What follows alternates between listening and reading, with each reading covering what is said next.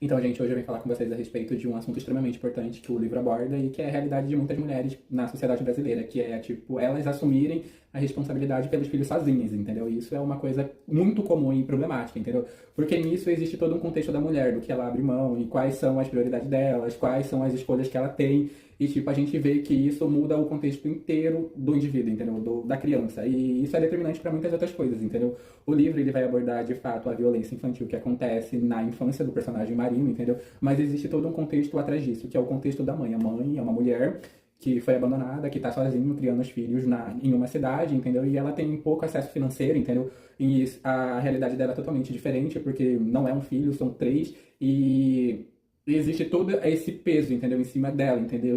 Tipo, em nenhum momento ela pode dar errado. Porque já existe uma coisa estabelecida que é construída pela sociedade mesmo, entendeu? E qual é? Tipo, se uma mulher, se uma mãe erra em algum determinado momento e tal, já tem milhares de coisas que apontam que ela não é uma boa mãe.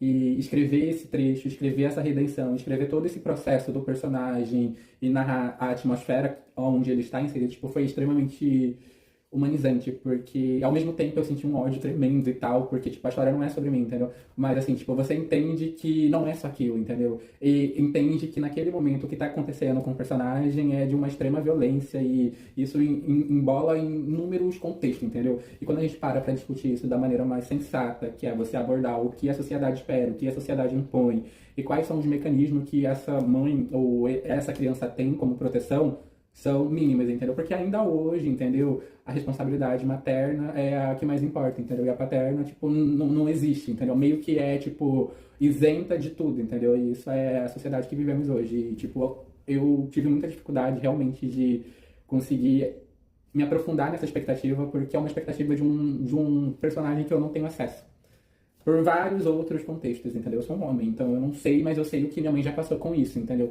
E, tipo, entender que isso tudo é um problema social, porque é um problema social, né?